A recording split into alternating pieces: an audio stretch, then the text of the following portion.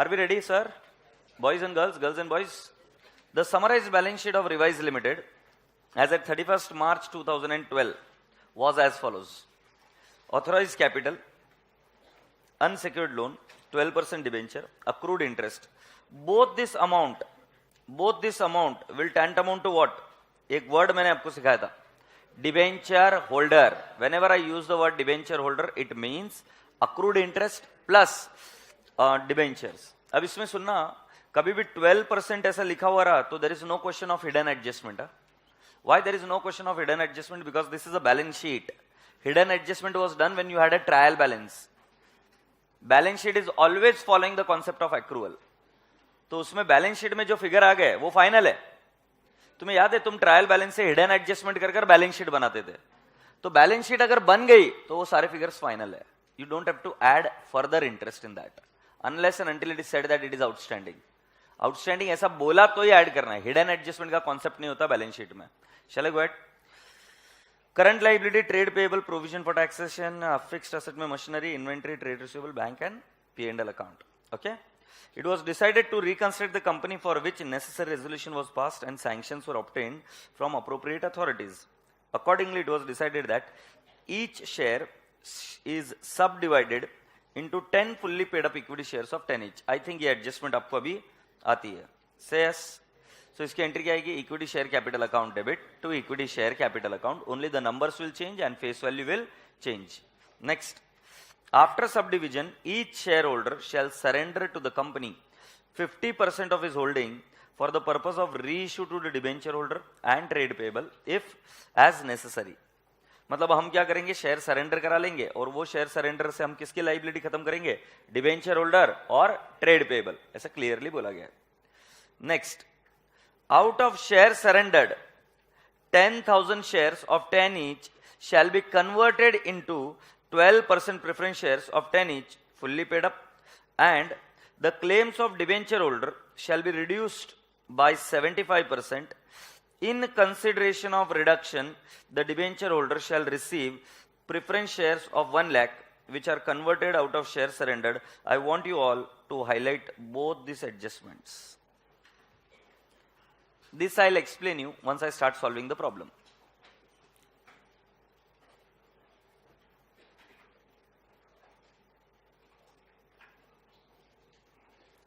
Are we ready? फिर उन्होंने क्या बोला? Trade payable claim shall be reduced to 50%. It is to be settled by issue of equity shares of 10 each out of the shares surrendered. Again, this is pending. Balance of P&L account is to be written off, and the shares surrendered not reissued shall be cancelled. So again, I will expect you to highlight adjustment number C. इस question को लिख लो. Definitely revise before exam. I am expecting this kind of question in exam this time or maybe next attempt. आने वाली exam में मैं ये type का question expect कर रहा हूं, तो आप रेडी हो जाइए. हम इस क्वेश्चन को अच्छे से डील करते हैं. सो बेटा जी, एक बार फॉर्मेट बना लीजिए.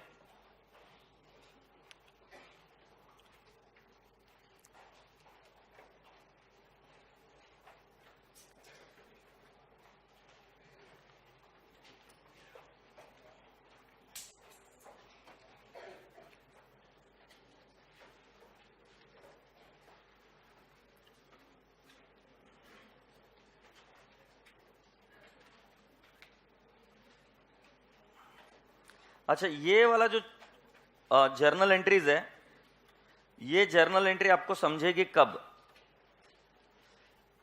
जब हम इस प्रॉब्लम को पूरी तरीके से कंप्लीट कर चुके होंगे. तो एक जर्नल एंट्री नहीं समझी तो रहने देना पेंडिंग. क्यों नहीं समझेगी मैं समझा भी सकता हूं, बट प्रॉब्लम सिर्फ इतनी है कि मुझे ये फॉर्मेट परफेक्टली मैच करना है मॉड्यूल के हिसाब से. इन अलग को मैं पहले ही बोल रहा हूं, सीरियसली टाइम पर आ जाए करो. ओ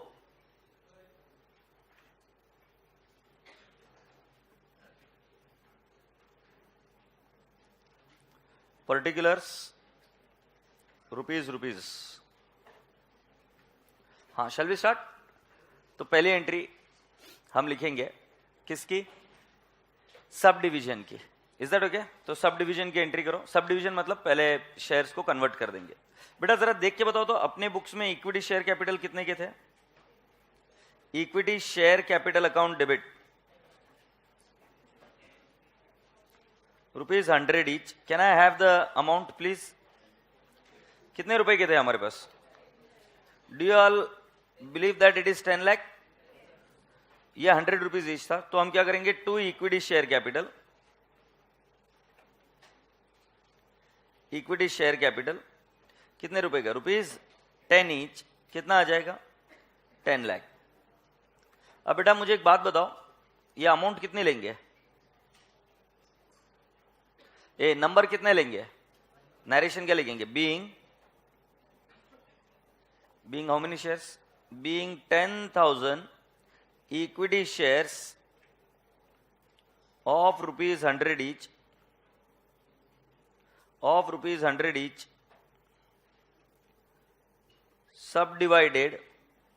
subdivided into 1 lakh हो जाएगा बेटा। 1 lakh equity shares of ₹10 each, ठीक है बेटा? All right.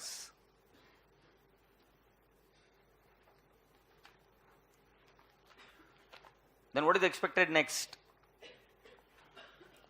हम शेयर को सरेंडर करा देंगे। तो शेयर को सरेंडर कैसे करेंगे बेटा जी? What is the entry? Equity share capital. बेटा कितने नंबर इक्विटी शेयर सरेंडर कराने? जरा read the adjustment number 2। After subdivision how many percentage of the shares are surrendered? 50%। Check करो 50% है क्या? So my entry would be equity share capital account debit ₹10 each. I shall write down 10 lakhs. 2 equity share capital, sorry 2 share surrendered account. बेटा ये 10 lakhs नहीं आएगा, I am so sorry, ये 5 लाख आएगा। जितना सरेंडर करेंगे उतना ही, ये 5 लाख आएगा। And 2 shares surrender account, how much? 5 lakh। बेटा अभी शेयर सरेंडर्ड मतलब क्या है, ये एक हम डायग्राम के थ्रू समझेंगे। नरेशन लिखिए, being 50% of the shares, 50% of the shares surrendered, being 50% of the shares surrendered, being 50% of the shares surrendered. Okay, all right, as per the scheme whatever you want to write down. Now everyone, ये share surrender क्या है? ये share surrender हमारे पास एक समझ लीजिए कि ऐसी एक संदूक है, ये वैसे बकेट लग रही है, संदूक है जिसके अंदर तुमने डाल के रखे कि ये शेयर सरेंडर हमारे पास पड़े हुए हैं। इसमें से निकालकर हम लाइबिलिटी का पेमेंट करेंगे। इसमें से निकालकर हम क्या करेंगे? लाइबिलिटी का पेमेंट करेंगे। We will start making the payment of the liability. Am I communicating? जरा ध्यान से पढ़िए किस लाइबिलिटी को दे रहे। तो हम 2 लाइबिलिटी को दे रहे। एडजस्टमेंट नंबर 2 में ही पढ़िए कि share surrendered will be converted into what? Equity share capital and preference share capital. बोला है कि नहीं बोला है? It is given after subdivision, each shareholder shall surrender to the company 50% of his holding for the purpose of reissue to debenture holder and trade payable. मतलब debentures की और trade payable की लाइबिलिटी को खत्म करने के लिए उसका यूज किया जाएगा। Am I communicating? So boys and girls, अब क्या हुआ जरा जाके देखते हैं। Out of shares surrendered, 10,000 shares of ₹10 each shall be converted into 12% preference shares of 10 each fully paid up. क्या हुआ? शेयर सरेंडर किस में कन्वर्ट हो जाएंगे? इसमें से निकलकर शेयर सरेंडर किस में कन्वर्ट हो जाएंगे? Preference share capital. एग्रीड? अब बेटा प्रेफरेंस शेयर कैपिटल के सर्टिफिकेट को इमेजिन करो। Can you imagine the certificate? Certificate पर किसी ना किसी व्यक्ति का नाम लिखा होगा। किसका नाम लिखा हुआ है? जिनसे सरेंडर करा है उनका तो नाम नहीं लिखा होगा, उनसे तो ले लिया हमने।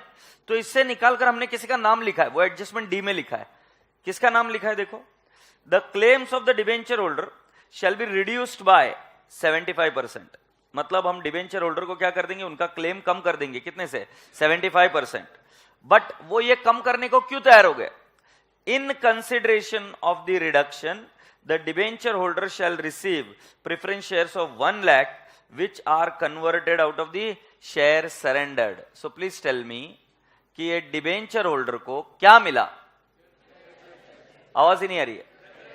प्रेफरेंस शेयर मतलब अगर नाम लिखा है प्रेफरेंस शेयर पर तो किसका नाम लिखा है? Debenture holder. और उनको ऐसे कितने रुपए मिल गए? 1 लाख। तो जरा ध्यान से देखो मैं क्या बोल रहा हूं। मेरे बैलेंस शीट में ऐसे डिबेंचर्स है, यस और नो? डिबेंचर्स होंगे मेरे हिसाब से कितने हैं डिबेंचर्स? 2 लाख। 2 लाख का 75% कितना आ रहा है? 2 लाख का 75% 1,50,000। ऑल राइट, सो मैंने लिख दिया जी ये काट कर 50,000 बचा है, 1,50,000 तो खत्म करना है। बोला है कि नहीं बोला है? हाँ, यस और नो?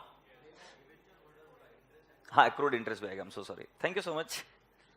सो इधर मैं एक्चुअली इधर क्यों ले रहा हूं? मैं तो एक एग्जांपल ले रहा था, उधर लूंगा बराबर से, ठीक है ना? अभी ये समझा रहा हूं सर, बट ठीक है मैंने एग्जांपल उधर के लिए तो एक्रूड इंटरेस्ट भी ले लेते। कितना है बेटा जी accrued interest? How much? So 24,000 को भी कितना कम कर देंगे? 75%, क्योंकि डिबेंचर होल्डर बोला तो it will mean debenture plus accrued interest. बेटा 24,000 इंटू 75% तो कितना हो गया? 18,000। माइनस करेंगे तो कितना रहना चाहिए? 6,000।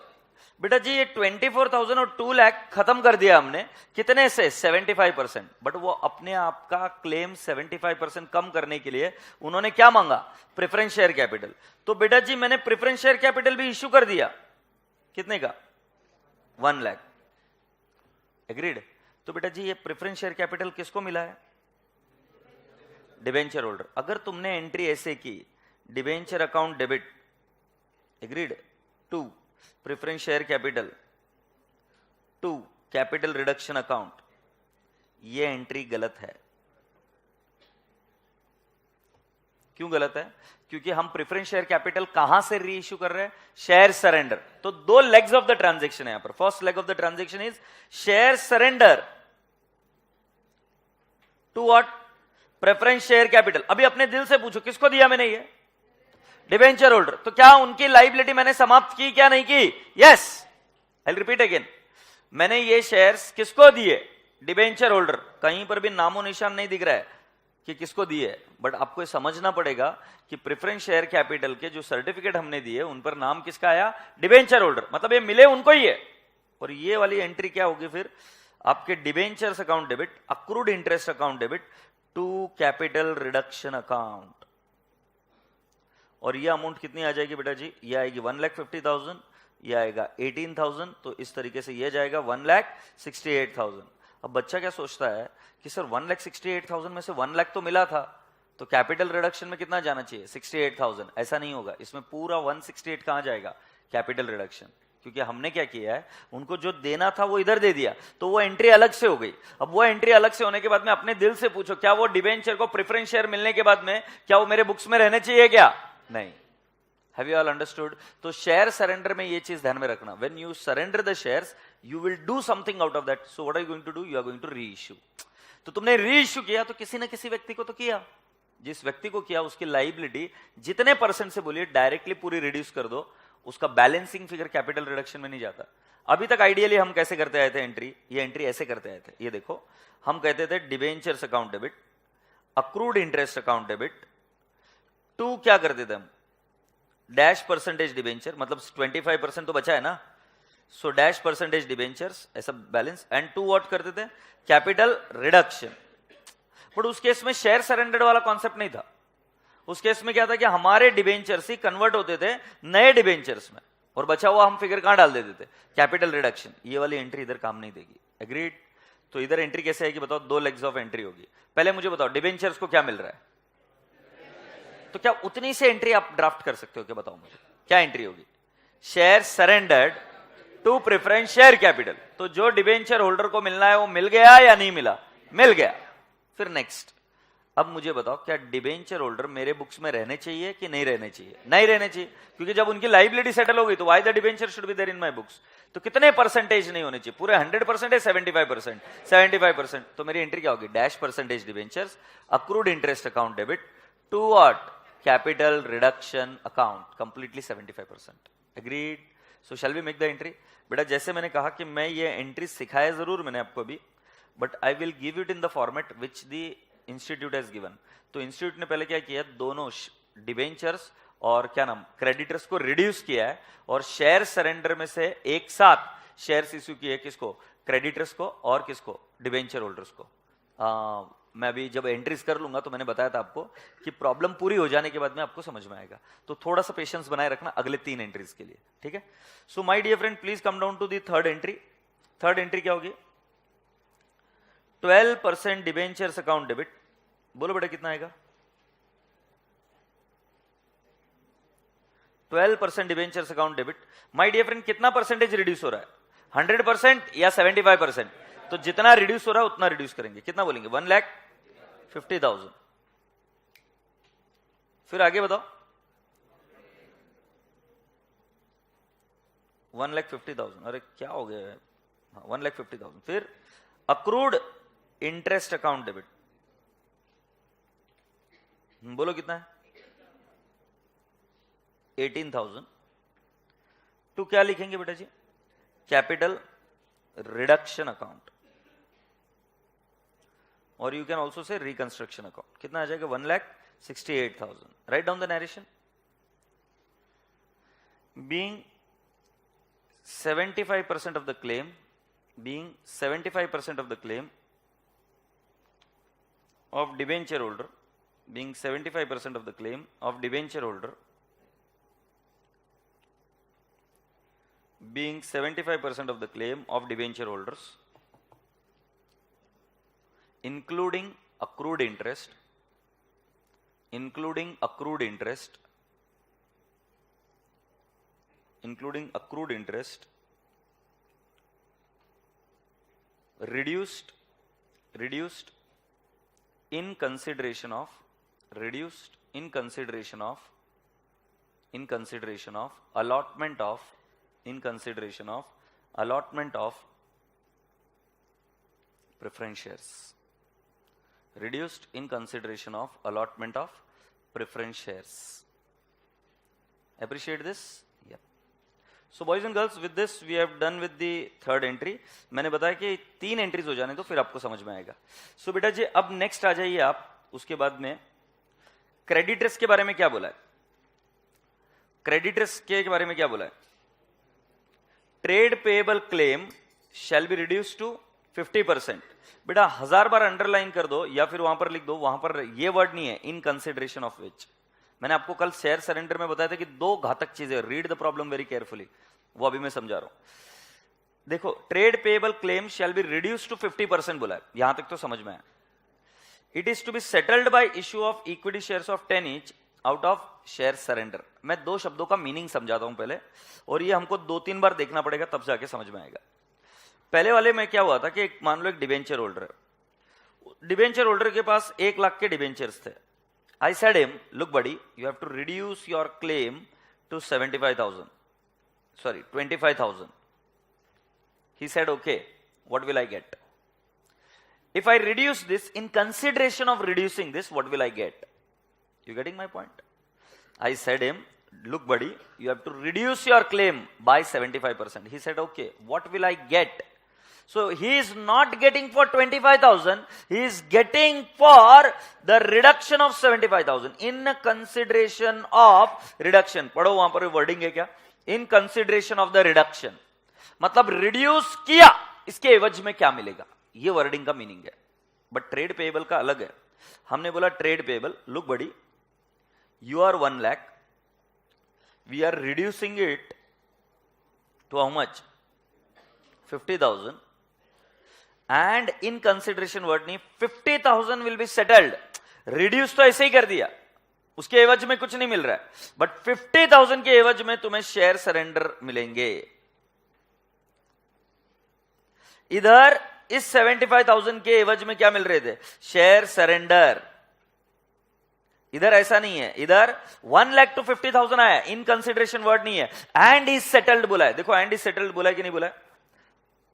क्या बोला है देखो, trade payable claim shall be reduce to 50%, it is to be settled by issue of equity shares of 10 each out of the share surrender. So comes a question, ये जो 50,000 है उसके लिए हम क्या दे रहे हैं? Share surrender. I don't know if you have understood it or not. 2 line में फर्क क्या है? अगर वापस से डायग्राम देखो, डिबेंचर इधर कितना है? 1 लाख है क्या? मैंने इसका क्लेम कितना रिड्यूस करके कर दिया? 25,000। से यस। अब वो 25,000 को सेटल नहीं कर रहे, बैलेंस शीट में अभी भी 25,000 के डिबेंचर रहेंगे, they are not settled. The claim is reduced by 75%, agreed, but the remaining 25,000 is not settled, balance is not settled. What they are saying is कि अगर कोई व्यक्ति 75,000 का कम कर रहा है तो वो इसके एवज में मांग रहा है. He is asking share surrender for this. इसके लिए वर्डिंग क्या आती है? इन consideration of reduction. In consideration of reduction, ये हुआ फर्स्ट स्टाइल. दूसरी स्टाइल, हमारे पास 1 लाख के ट्रेड क्रेडिटर्स है, उनको हमने रिड्यूस करके कितना बना दिया? 50,000. ठीक है, तो रिडक्शन कितना हुआ? 50,000. 50,000 के लिए कुछ नहीं मिल रहा, जो मिल रहा है वो इसको सेटल कर रहे हैं. मतलब इस केस में my creditors in books will be 0, not 50,000. But in this case my debenture in the books will be 25,000, not 0. Are you understanding? क्योंकि 25,000 is not settled in case 1, but in case 2, 50,000 is settled. Yes or no? Please read करो दोनों line. कल मैंने एक last line लिख कर दी थी आपको, घर जाते हो क्या लिख कर दिया था? Read the problem very carefully. अभी इन दोनों का मीनिंग किसको नहीं समझा है, मैं वापिस समझाने को तैयार हूं, क्योंकि मैंने बोला ना इस बार एग्जाम में या इसके आगे के एग्जाम में I am expecting this kind of a problem. और ये वर्डिंग में गेम करेगा. एक और कौन है? ठीक है, मैं आपको एक चीज समझाता हूं. देखो, अगर आपको कोई बोले कि देख बेटा, मैं तुमको पैसे नहीं दे पाऊंगा, तुम्हारा एक दोस्त है, मैं तुम्हें पैसे नहीं दे पाऊंगा, 1 लाख रुपए है, मैं नहीं दे पाऊंगा, मैक्सिमम 25,000 रुपए दे पाऊंगा. तो तुम बोलते कोई बात नहीं यार, मत दे, बट पार्टी तो देगा कि नहीं देगा? तो अब तुम क्या कर रहे हो? 25,000 को सेटल नहीं करा रहे, 25,000 तो वो देगा. जो तुमने स्कीम को रिड्यूस किया है उसके लिए तुम क्या मांग रहे हो? पार्टी. दूसरा, अब दूसरा वाला तरीका क्या है? दूसरे वाले तरीके में ऐसा बोला गया, एक दोस्त है तुम्हारा जिसने 1 लाख रुपए लिए आपसे, ही is not able to pay, so you give him 50% discount. But अब तुमको भरोसा नहीं है कि बचाओ 50% उसके पास रखे, या फिर तुम ऐसा चाहते हो कि तुम्हें वो पैसा वापस मिल जाए. तो तुम बोलते हो कि ठीक है, तू मेरा क्लेम कर दे 50% से नीचे, बट जो बचा हुआ 50,000 का बैलेंस है उसको पेंडिंग मत रख, उसको खत्म कर. तो तुम सामने वाले आदमी को क्या बोलते हो कि वो बचा हुआ 50,000 मुझे कैश दे दे, या बचा हुआ 50,000 तू मुझे क्या दे दे? तेरी गाड़ी दे दे. तो अकाउंट सेटल हो जाएगा, नील हो जाएगा. तो क्रेडिटर्स के केस में इन consideration of reduction word use नहीं है. वो दोनों लाइन को एक बार जरा ध्यान से पढ़ो. देखो क्या लिखा है, पढ़ूं वापिस. Adjustment E, trade payable claim shall be reduce to 50%. 50% से तो कम किया, ये हर एक बच्चे को समझ में आ रहा होगा. बट आगे क्या बोला है? It is to be settled. मतलब जो 50% कम किया उसके बारे में नहीं बात बोल रहे, जो बचा हुआ बैलेंस है उसके बारे में बात कर रहे कि it is to be settled by issue of equity shares of 10 each out of the shares surrendered. Have you all understood? But ऊपर वाली लाइन पढ़िए, D, the claim of debenture holder shall be reduced by 75%. अब ये कम कर दिया. In consideration of the reduction the balance is not settled. जो reduce किया उसके एवज में क्या मिलेगा? In consideration of the reduction, the debenture holder shall receive preference shares of 1 lakh which are converted out of shares surrendered. Have you all understood? एक case में कम करने की वजह को उसको कॉम्पेंसेट करने के लिए हम आपको क्या देंगे? शेयर सरेंडर्ड में से शेयर्स. बट दूसरे वाले केस में क्या हुआ है कि आपका बैलेंस कम कर दिया गया, और जो कम कर दिया गया बैलेंस, उस बैलेंस को हम क्या कर देंगे? Settled. Have you all understood? So very, very crucial wording, and I hope you will do complete justice to it. Is that okay? So बेटा जी, ये पहले जिसको लिख कर लेना है वो लिख कर ले लो. ये सिंबॉलिकली ऐसा प्रेजेंट होता है. इस केस में डिबेंचर का बैलेंस बैलेंस शीट में रहेगा 25,000. इस केस में क्रेडिटर्स का बैलेंस रहेगा बैलेंस शीट में 0.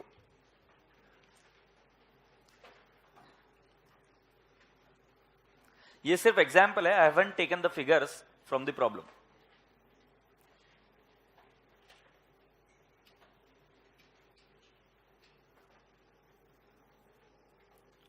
Those who are late today, you have missed a very important discussion which we had earlier. और मैंने कहा था कि ये टॉपिक, मतलब ये क्वेश्चन इंपॉर्टेंट है. आना चाहिए था टाइम पर।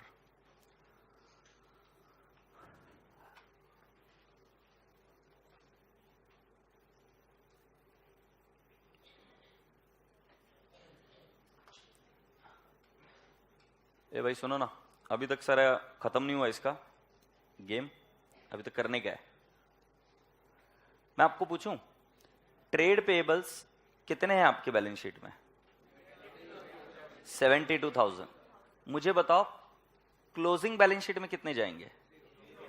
सभी को क्लियर है? क्यों जीरो? क्योंकि 50% से तो रिड्यूस कर दिया और बचा हुआ 50% इज सेटल्ड। सो मेरे ट्रेड पेबल जो बैलेंस शीट में जाने वाले वो जाने वाले जीरो।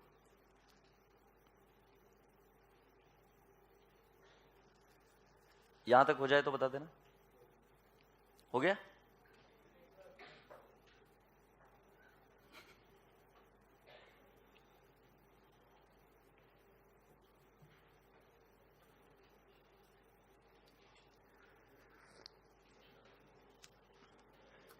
पब्लिक आ जाओ।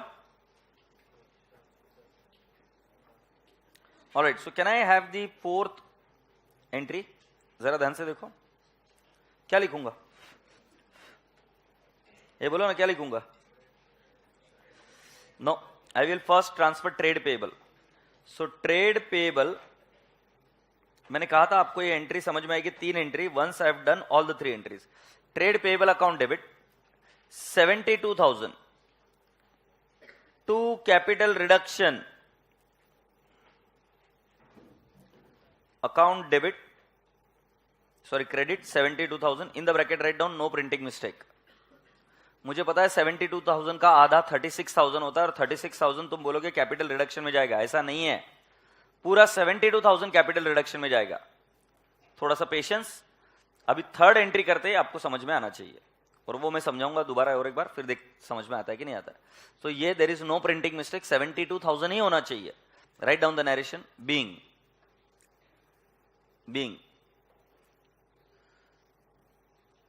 Trade payable reduced by 50%, trade payable reduced by 50%,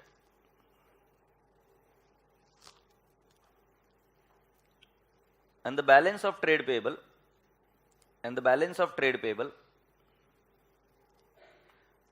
reduced by 50%, and the balance of trade payable settled by issue of shares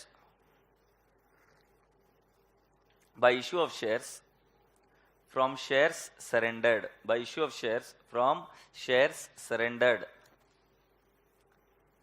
ठीक है, चलो मैं वापस दोबारा पूछूं क्या, ये वाली एंट्री क्यों की?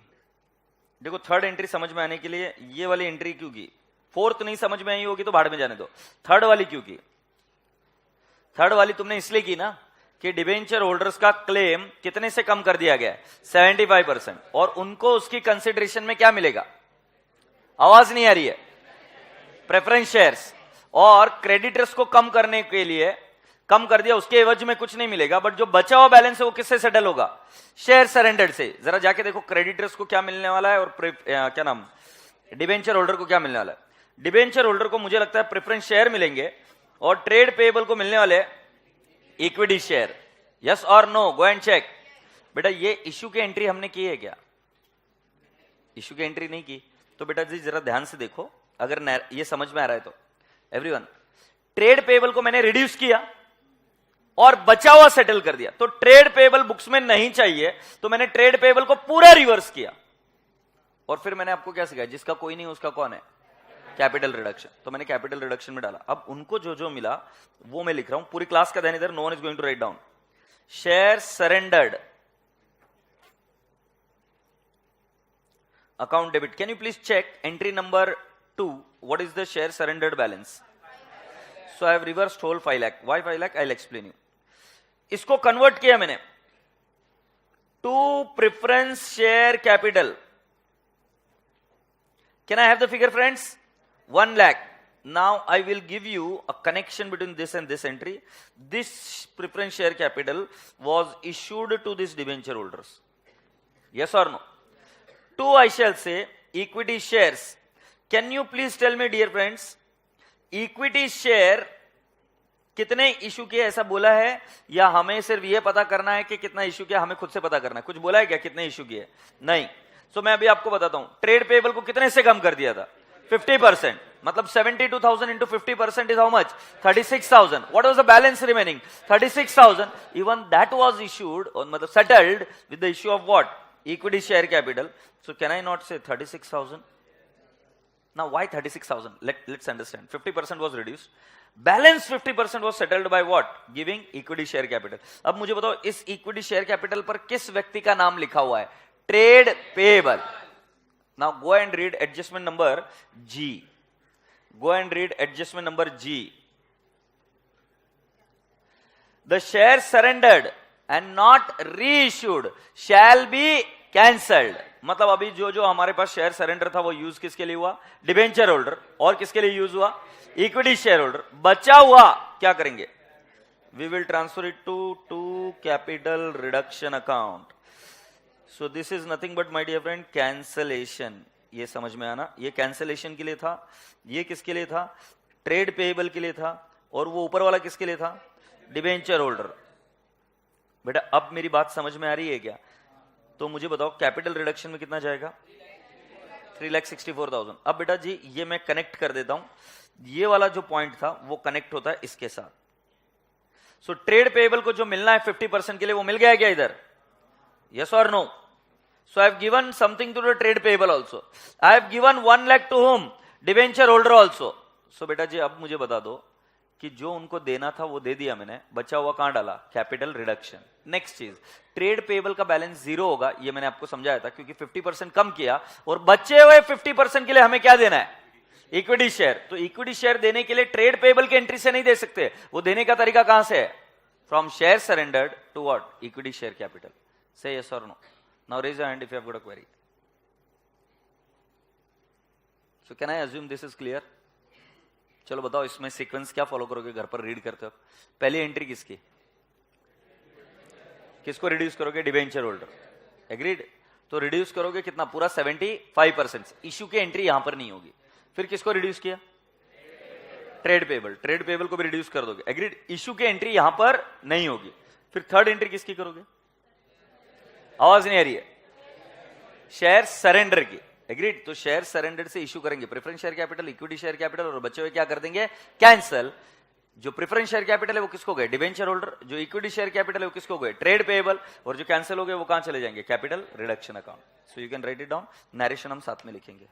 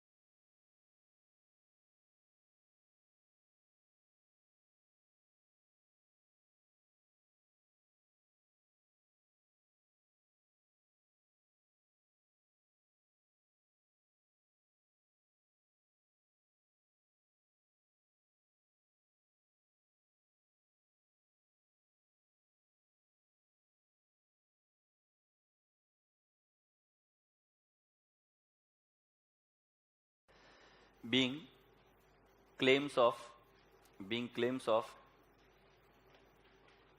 debenture holder, being claims of debenture holders and trade payable settled. अभी सेटल्ड वर्ड को पूरा वैसे का वैसा मीनिंग मत देना. तुमको पता है कि डिबेंचर होल्डर को इन कंसिडरेशन ऑफ रिडक्शन दिया है and balance of the creditors settled, but claim as per scheme बोल रहा हूं मैं. ठीक है ना? तो हमने क्या बोला? वापिस से बताओ. Being claims of debenture holder and trade payable settled by issue of shares from share surrendered, by issue of shares from share surrendered, by issue of shares from share surrendered, and balance transferred to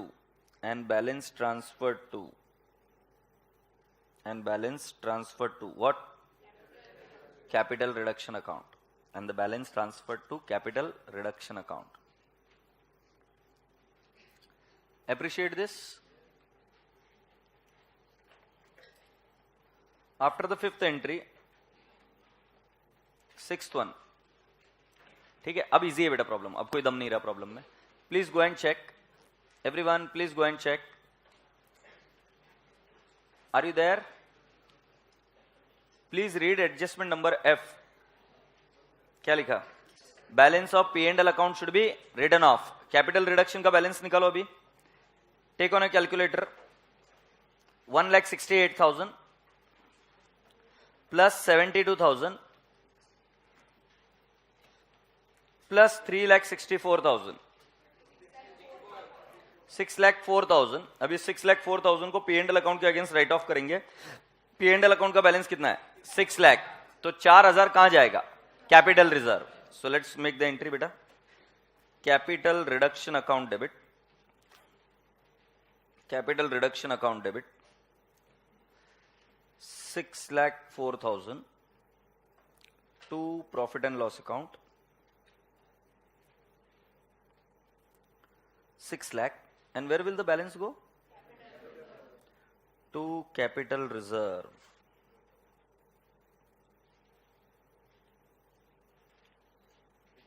क्या narration लिखोगे? Being. क्या लिखोगे narration? Being balance of P&L account written off as per the scheme. Being balance of P&L account written off as per the scheme. राजा बेटा अभी एक बार balance sheet को redraft करके बताओ. बैलेंस शीट के फिगर्स प्लॉट करो. आ जाओ, बैलेंस शीट के फिगर्स प्लॉट करके दिखाओ. चलो मुझे बताओ, मशीनरी में कोई चेंज है क्या? जल्दी से अलर्ट. मशीनरी में कोई चेंज है क्या? So can I not write down 1 lakh? अच्छा नेक्स्ट, इन्वेंट्री में कोई चेंज है क्या? 320. ट्रेड रिसीवेबल में कोई चेंज है क्या? 270 एज इट इज. बेटा बैंक बैलेंस में कोई चेंज नहीं, एज इट इज. सो राजा बेटा G P and L account की क्या बात हो गई? 0. ऑल राइट, यहां तक तो हम आ गए. अब एकदम सिंपल सिंपल काम करते हैं, नीचे से शुरू करते हैं. प्रोविजन फॉर टैक्स में कोई चेंज किया तो 24,000. ट्रेड पेबल कितने का बच गया? 0.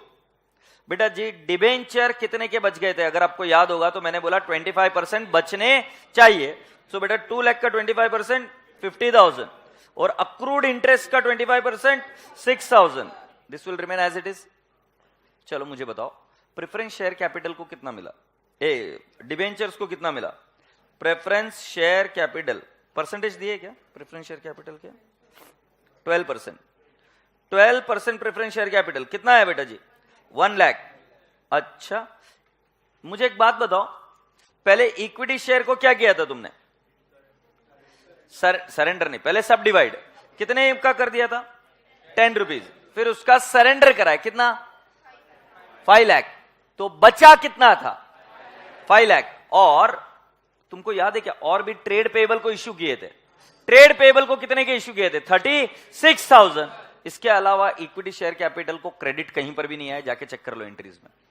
एंट्री नंबर 2 में 5 लाख दिख रहा है, सरेंडर कर दिया. Equity share capital to share surrender, मतलब वहां पे 5 लाख से कम हुआ. और entry number I guess last second entry में 36,000 इक्विटी शेयर कैपिटल क्रेडिट किया. गो एंड चेक. सो बेटा जी इक्विटी शेयर कैपिटल 5,36,000 होगा कि नहीं होगा? अच्छा, कैपिटल रिजर्व में कितना गया? कैपिटल रिजर्व मेरे बच्चों के बोलने के हिसाब से कितना है? 4,000. Can you please take the total now? 1 lakh plus 3 lakh 20,000 plus 270 plus 30,000 कितना आ रहा गुड़िया? 7,20,000. और राजा बेटा जी इधर की टोटल कितनी आ रही है? 720 पक्का बेटा? चेक करो, डू इट फॉर योरसेल्फ. जिस बच्चों को क्वेरी है raise your hand, I will explain you again. एकदम क्रिस्टल क्लियर है सभी को? So shall we float the balance sheet now? कोई क्वेरी किसी को? चलो आओ बैलेंस शीट बनाते फिर. तुम शुरू करो balance sheet.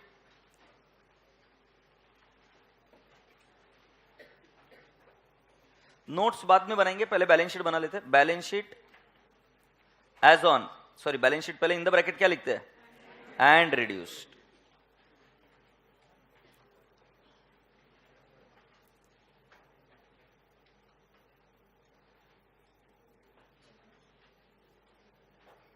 Very good. It is particulars.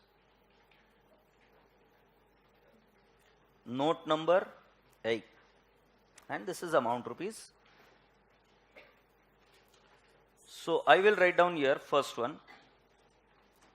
Equity and liabilities.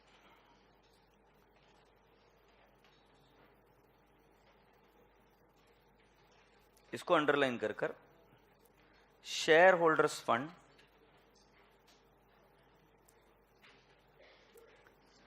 इसको अंडरलाइन कर कर A share capital, B reserves and surplus. बेटा मुझे एक बात बताओ, इक्विटी शेयर कैपिटल कितना है, 5,36,000। प्रेफरेंस शेयर कैपिटल कितना है, 1 lakh. So can I not से इट इज 6,36,000? कैसे आया, 5 lakh plus 36,000 plus 1 lakh preference share capital. Do you all appreciate? अरे भाई बरोबर है क्या कि मैं अकेला ही कर रहा है, और लिखे हुए भी है तुम्हारे पास सारे figures. So 636, reserves and surplus 4,000 है। अच्छा उसके बाद में 2 non current liability, non current liabilities, उसके अंदर आएंगे 12 लॉन्ग टर्म बोरिंग। बेटा लॉन्ग टर्म बोरिंग में क्या है, इधर ही लिख देंगे। क्या है लॉन्ग टर्म बोरिंग में, 12% डिबेंचर्स। कितने बेटा 12% debentures, 1,50,000। Then you have got the third part, current liability.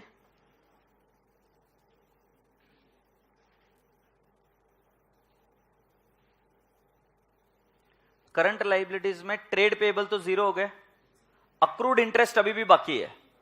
Accrued interest कितना आएगा, अक्रूड इंटरेस्ट इज 6,000। बेटा इसके अलावा कोई और आइटम है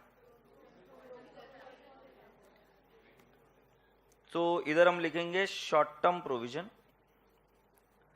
शॉर्ट टर्म प्रोविजन, और आगे क्या लिख देंगे, प्रोविजन फॉर टैक्स। बोलो कितना है, 24,000। Any other item friends? I want you all to give me the total. 7,20,000। तुम्हें पता है बेटा जी, इस क्वेश्चन में बैलेंस शीट बताते वक्त इंस्टीट्यूट ने सारे के सारे शेड्यूल्स दिए।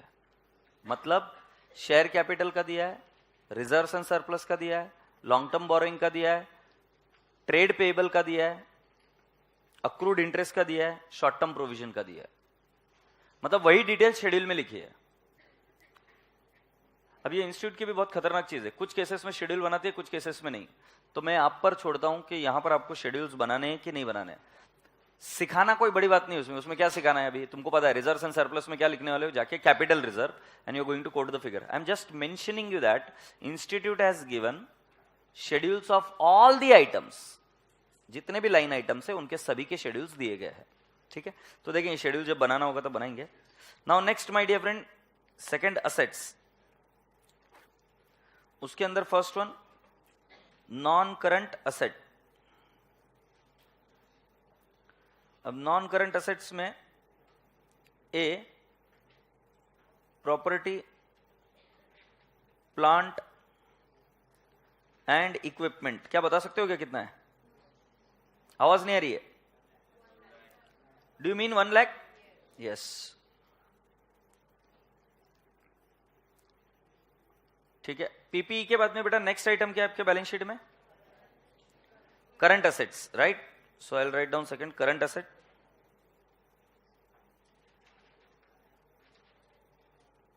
करंट असेट में there is no change in inventory, Inventory will be 3,20,000. There is no change in trade receivable.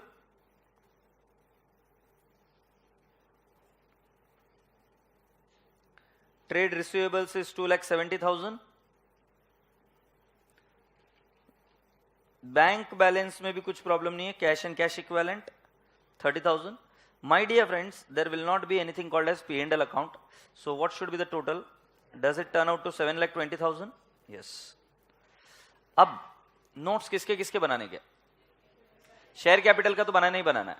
बाकी के नोट्स भी इंस्टीट्यूट ने बनाए. तो नोट्स कितने बने पता है तुम्हें? 2, 3, ये 4 बनाएंगे और इसको बना देंगे 5. ठीक है. So let's go on friends and notes लिख लेते हैं. Notes 1, notes to the balance sheet. पहला क्या आएगा? Share capital. Authorised share capital. Authorise share capital. बेटा क्या आपको ऑथोराइज शेयर कैपिटल के डिटेल्स दिए क्या? I am asking you something. Did they give you authorise share capital? No. So I don't know dot dot double underline. फिर issued, subscribed and paid up share capital. बेटा मेरा तरीका एकदम simple है. मैं इधर लिखता हूं इक्विटी शेयर कैपिटल. मुझे फिगर पता है क्या इक्विटी शेयर कैपिटल कितना है? यस, मुझे फिगर पता है 5,36,000. सही है और नो? तो अब मैं उसके बेसिस पर से नंबर निकाल देता हूं 53,600. ये समझ में आ रहा है क्या कैसे आया? क्योंकि प्रत्येक शेयर कितने रुपए का है? 10. सो पहले मैंने 5,36,000 लिखा, उसको डिवाइड बाय 10 किया, तो I got the quantity. And what is the quantity? 53,600 equity shares of rupees 10 each. फिर उसके बाद में आएगा preference share capital 12%. Preference share capital, boys and girls, please let me know what is the preference share capital? 1 lakh. Did they give you the face value? कितनी है? 10 दी है. Check करो. Rupees 1 lakh है. ऐसा कहीं नहीं बोला कि रुपीज 10 है. कहां पे बोला है? सी में. ऑल राइट, सी में बोला है. सो हम कितने बोलेंगे? 10,000 preference shares of rupees 10 each. बेटा अब तुम क्या करते हो पता है क्या? घाई एग्जाम में इसी वर्किंग नोट को जल्दबाजी में उड़ा के आते हो, और वो एग्जामिनर यहीं पर बैठा रहता है चेक करने के लिए कि कैसे लिखा है नोट. इसमें क्वांटिटी लिखने का, फेस वैल्यू लिखने का, पूरे डिटेल के साथ में इसको इज्जत से लिखे हो. क्योंकि बाकी की वर्किंग नोट नहीं भी बनाओगे तो मार्क्स काटने का इतना गुंजाइश नहीं है. और बना लोगे भी तो क्या लिखोगे? प्रोविजन फॉर टैक्स में प्रोविजन फॉर टैक्स ही तो लिखोगे, और क्या लिखोगे? बरोबर है कि नहीं? I am giving you common sense. Capital reserve में क्या लिखोगे? कैपिटल रिजर्व ही तो लिखोगे. उधर मार्क्स कटने की कोई गुंजाइश नहीं है. इधर जब डिटेल्स लगते हैं तो लगते हैं. So how much it would be my dear friends? 6,36,000. अब देखो बाकी के नोट्स में मेरे को इतना कोई बड़ा बात नहीं है. सेकंड वाला नोट कौन सा है? Reserves and surplus. हाँ फटाफट लिखो. रिजर्व्स एंड सरप्लस क्या लिखेंगे? कैपिटल रिजर्व बताओगे नहीं कितना है? 4,000. और फिर सड़ा के हमको बोल दिया गया वापस 4,000 टोटल ले लो. होपलेस. फिर कैपिटल रिजर्व के बाद में third long term borrowing.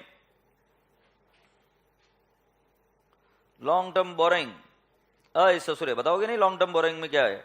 12% debentures. कितना है बाबू? 50,000. ये वापस टोटल ले लिए 50,000 ससुरे. फिर उसके बाद में फोर्थ आइटम था हमारा शॉर्ट टर्म प्रोविजन,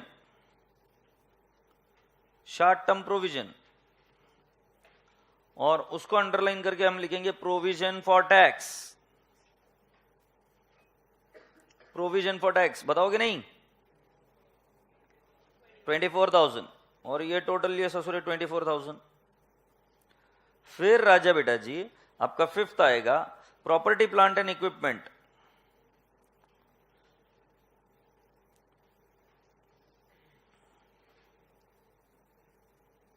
इसके अंदर हम लिखेंगे मशीनरीज।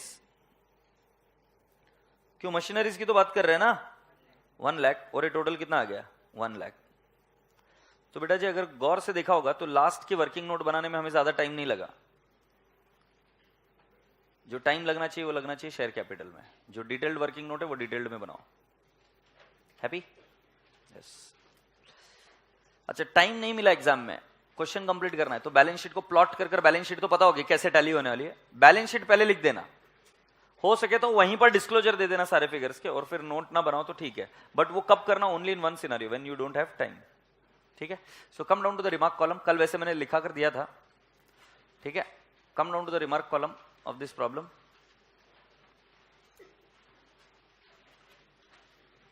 क्या क्या लिखा बेटा रिमार्क कॉलम में? कल नहीं दिखा, चलो लिखो अभी। क्वेश्चन नंबर 8, क्वेश्चन नंबर 8, ठीक है, लिखिए। Concept of share surrendered, concept of share surrender, concept of share surrender definitely revise, concept of share surrender definitely revise. Second point लिखिए, read the adjustment number, read the adjustment number D, read the adjustment number D, in the bracket लिखिए। focus on the wording, focus on the wording, focus on the wording in consideration of the reduction, focus on the wording in consideration, in consideration of the reduction. Then write down next, adjustment number E, adjustment number E, balance is completely settled, balance is completely settled. Is that okay? ये 3 wordings पर आपको focus करना है। In the bracket लिखो, refer audio given by sir, refer audio given by sir, या refer audio, इतना भी लिखा तो ठीक है। Refer audio. Now what you need to do is, हाँ, पुट ऑन योर मोबाइल्स। जब प्रॉब्लम बहुत इंपॉर्टेंट होगी तो मैं मेरे लाइन में समझा दूंगा आपको क्या बोलना है। Put on your mobiles.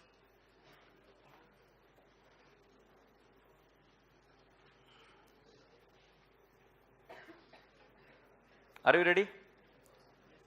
Okay, so at the count of 3 you have to put on your audio. 1 2 3 start. In problem number 8, we have explained the concept of share surrender. Basically what happens in share surrender is, first the shares are subdivided, and once the shares are subdivided, they are surrendered. So you have to make 2 entries. First one is share capital account debit to share capital account, the divided part, and then share capital account debit to share surrendered. Students should note that share surrendered are still alive. Now what you do with the share surrendered in this problem is, you have given part of it, 1 lakh, converted into preference share capital, and you have converted 36,000 into equity share capital. Preference share capital was given to the debenture holder, and 36,000 worth of equity share capital were given to the creditors. So the entry will become share surrendered to preference share capital, to equity share capital, and the balance which are not being issued is cancelled, so hence they will be transferred to capital reduction. So these entries are simple. The point to be noted here is, the debenture reduced their claim by 50%, and they agreed to reduce by 50% because they were getting preference share capital. So the key word here is, in consideration of reduction, you have reduced the preference share capital. Remember, remember debentures will still appear to the tune of 25% in your balance sheet. But when it comes to trade payable, they have said trade payable have reduced by 50%, और ये reduction करने के लिए उन्हें कुछ नहीं मिला, और उन्होंने बोला कि the balance is settled by issue of what? Equity share capital. This technically means that the completely trade payable will be transferred to where? Capital reduction account. The entry is trade payable to capital reduction account. Is that okay? So please read all the working notes which I have given to you. It will help you in understanding. Is that okay? Thank you. So with this, I must say that ये topic and हुआ.